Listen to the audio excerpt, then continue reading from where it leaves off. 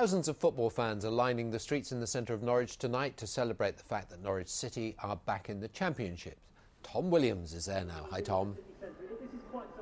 Yeah, thanks, Stuart. Quite a scene behind me, an ocean of yellow and green. Chants of on-the-ball City have been ringing in and around the streets of Norwich City Centre this evening. Up to 30 to 35,000 fans are expected to be here to honour Norwich City's players after their achievements. The open-top bus parade has passed us at the moment. It's now disappeared behind the castle. It started right up at the top at the St Stephen's roundabout, worked its way all the way through the town, and then down below us here at Castle Meadow. We've got some speeches shortly. There's also to be a civic reception.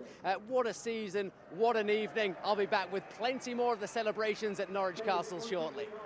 Tom, thank you very much.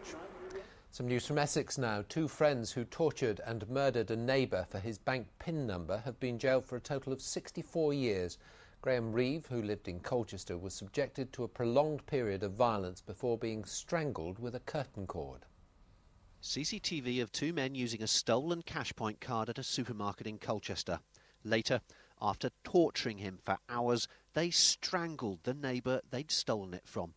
Outside court today, even experienced police officers found it hard to comprehend their victim's suffering. Outraged by it. You can only put yourself in his position and think that, you know, the pain and the suffering and the loneliness and the fear, I mean, it just doesn't bear thinking about, really. Graham Reeve lived alone in this block of flats on the Greenstead estate in Colchester. On his way home one night, he was kidnapped by Danny Housego and John Williams. A jury at Chelmsford Crown Court heard how for several hours they tortured Mr Reeve to try to get his bank PIN number. Mr Reeve's body was covered by scores of bruises, and at one point during his ordeal he was stabbed by this knife. How much did they actually get away with when they got his PIN number?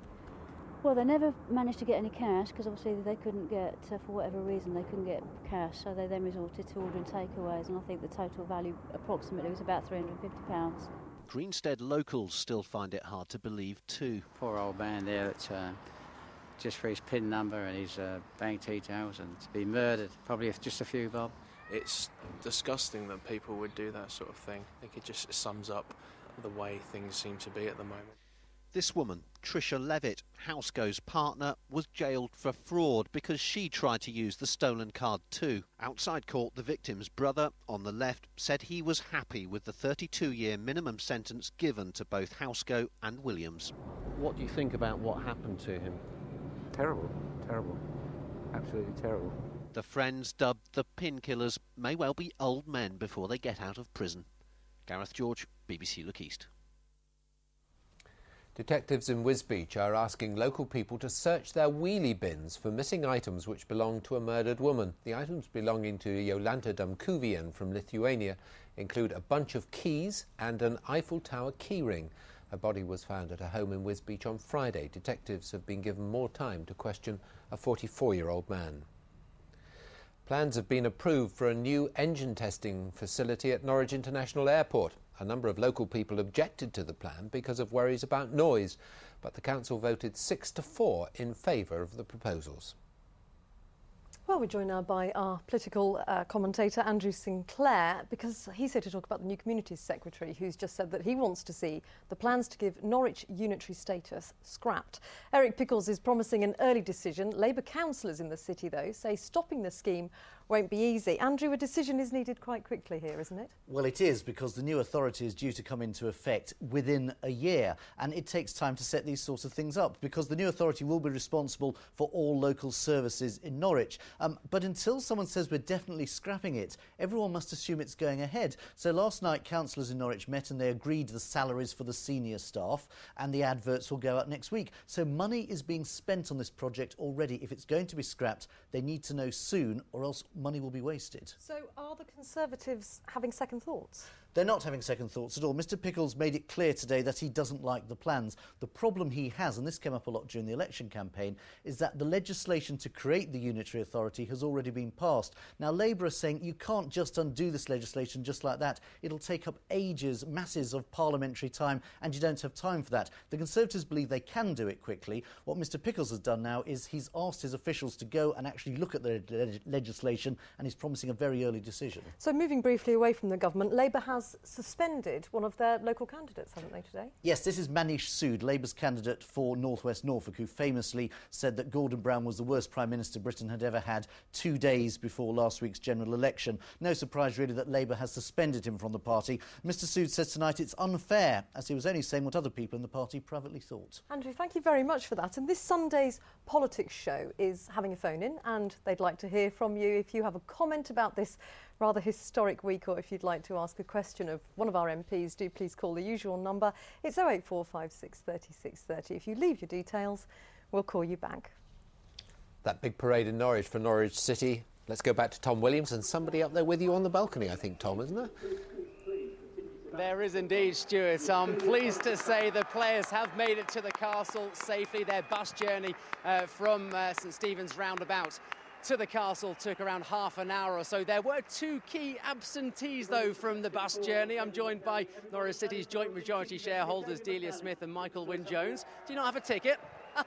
No, we couldn't get a ticket. It was you get a better view from up here, actually. It's fantastic. I mean, incredible scenes. Yeah, and the day belongs to the manager and the team. Definitely, they're the people who've done it. Can you believe?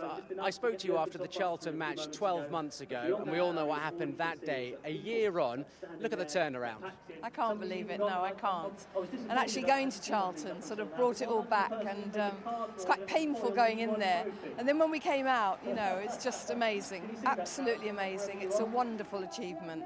Norwich fans will get like the taste of this. What about in a year's time? Could they be doing it all over again? you think they're going to come along like buses? I'm not so sure about that. But I mean, it's 6 years since we last saw this, and I must say the weather was exactly the same. Just at the right time, the sun came out and the blue sky everywhere. I don't know, is that an omen? We hope so, anyway. Michael Wynne-Jones, Delia Smith, thanks ever so much for joining us live on Look East this evening. The open-top bus parade began at 6 o'clock, so shortly before we came on air. So we had to send Mike Liggins out and about to make a use of himself amongst the fans. Yeah, great excitement. Fans either side of the road. Police outriders, police escort, specially painted up bus, as you can see.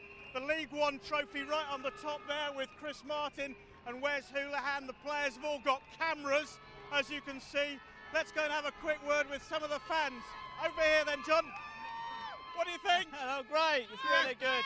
Excellent. Didn't they do well, as Brucey used to say? It. Absolutely. Yeah, and how are they going to go on in the championship? They'll hold their own and they'll be up in the top 6. Do you reckon? Yeah. See, some people say that this wasn't worth celebrating. What do you think? No, we thought it was lovely. Yeah. We really all right, great that. to see you. Enjoy your evening. There's a real sense of anticipation here at Norwich Castle, awaiting the arrival of the players. They'll be bringing the League One Championship trophy. More on that with me here shortly. Tom, well done. Thank you very much indeed. 3 beaches in the region.